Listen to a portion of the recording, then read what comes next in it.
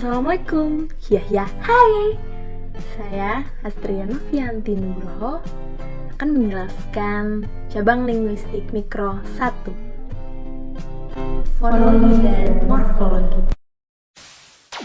Fonologi berasal dari gabungan kata fon, berarti bunyi, dan logi yang berarti ilmu.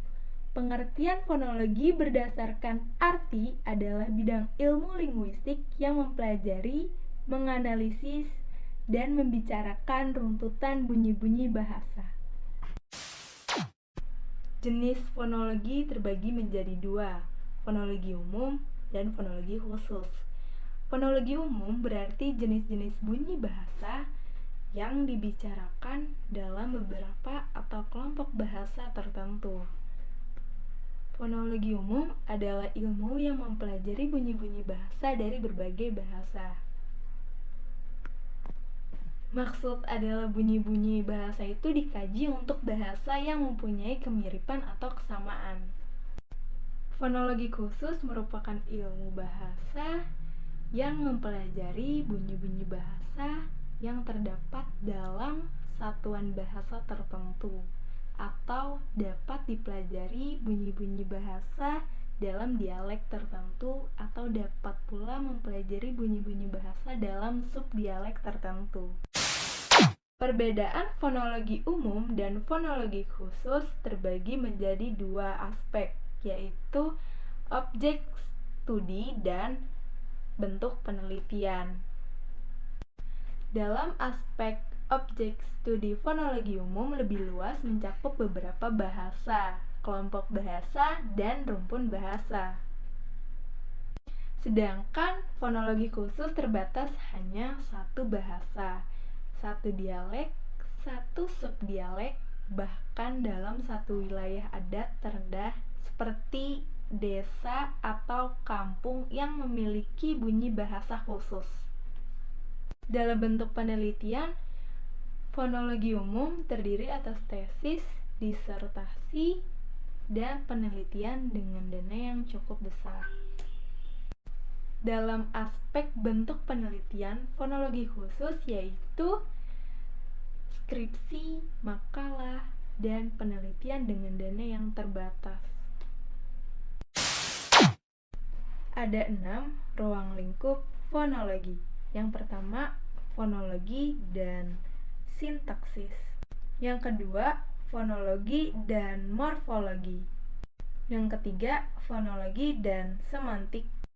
Yang keempat, fonologi dengan leksikal. Yang kelima, fonologi dengan retorika. Yang keenam, fonologi dengan apresiasi sastra. Fonologi dengan sintaksis sebagai cabang ilmu bahasa yang mengkaji ilmu bahasa dan fonem juga bermanfaat dalam pemahaman struktur kalimat.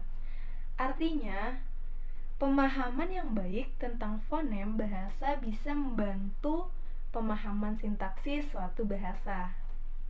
Fonologi dan morfologi. Kajian fonologi sebenarnya berkaitan langsung dengan morfologi yang membicarakan persoalan pembentukan morfem dan penggabungan morfem. Fonologi dan semantik memiliki hubungan yang sangat jelas dan penting karena fonologi terutama bekerja menyelidiki bunyi-bunyi yang berperan sebagai pembeda makna.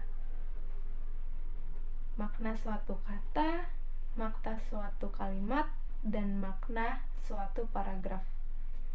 Banyak dipengaruhi oleh keberadaan fonem-fonem yang membentuknya. Fonologi dengan leksikal memiliki hubungan yang sangat erat karena pemahaman terhadap kata-kata suatu bahasa dipengaruhi oleh pemahaman yang mendalam terhadap fonem tersebut. Fonologi dengan retorika. Fonologi itu sebagai ilmu yang pada awalnya mengkaji bunyi-bunyi bahasa dengan cara pembentukannya yang tepat. Alat ucapnya berkaitan dengan keberadaan ilmu retorika yang membahas tentang cara berbahasa. Dan yang terakhir, fonologi dengan apresiasi sastra. Kemampuan pengucapan bunyi-bunyi bahasa sesuai dengan alat ucapnya merupakan perhatian ilmu fonologi. Hal ini disebabkan ilmu fonologi mengkaji pembentukan bunyi-bunyi bahasa itu. Kemampuan mengucapkan bunyi-bunyi bahasa secara tepat pun sangat penting untuk menjadi pembaca puisi, pembaca cerpen, atau menjadi aktor dalam teater. Morfologi ialah bagian dari ilmu bahasa yang membicarakan kata. Dapat dikatakan bahwa morfologi mempelajari seluk-beluk bentuk kata serta fungsi perubahan-perubahan bentuk kata itu, baik fungsi gramatik maupun fungsi semantik. Morfologi dengan cabang ilmu lain yaitu morfologi dengan leksikologi mempelajari seluk-beluk kata. Ia mempelajari pembendaharaan kata dalam suatu bahasa, mempelajari pemakaian kata serta artinya seperti dipakai oleh masyarakat pemakaian bahasa. Kata ini mempunyai berbagai arti dalam pemakaiannya. Contohnya, yang pertama, sudah sampai tua hingga boleh dipetik atau dimakan dan sebagainya.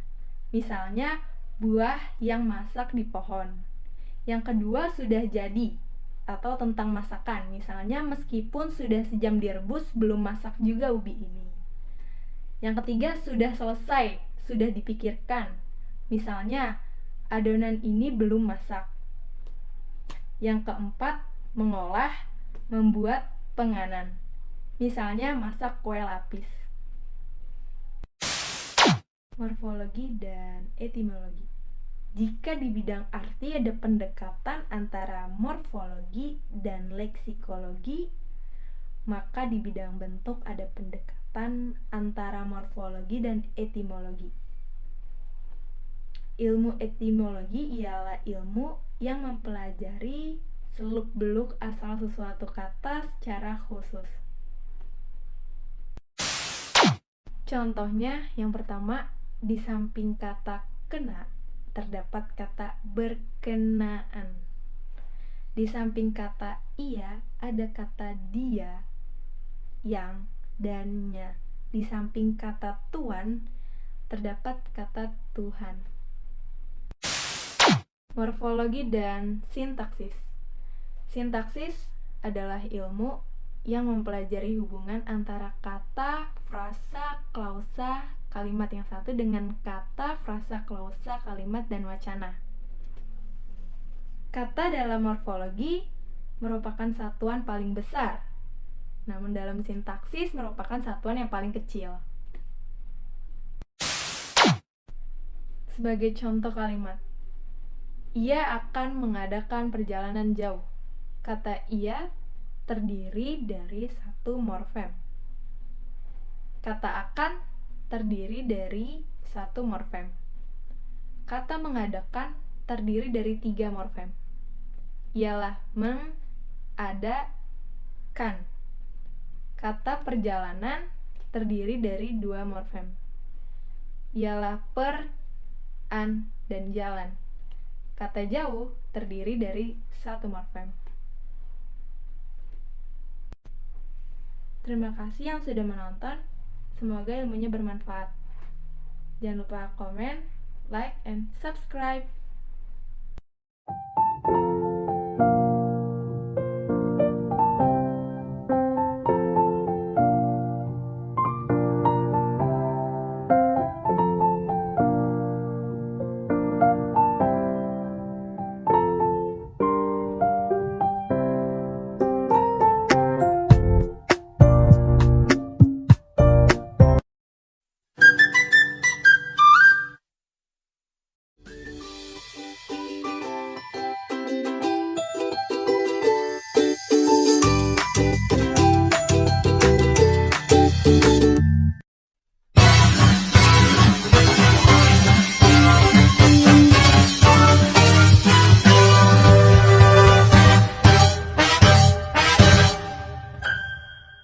2,000 years later.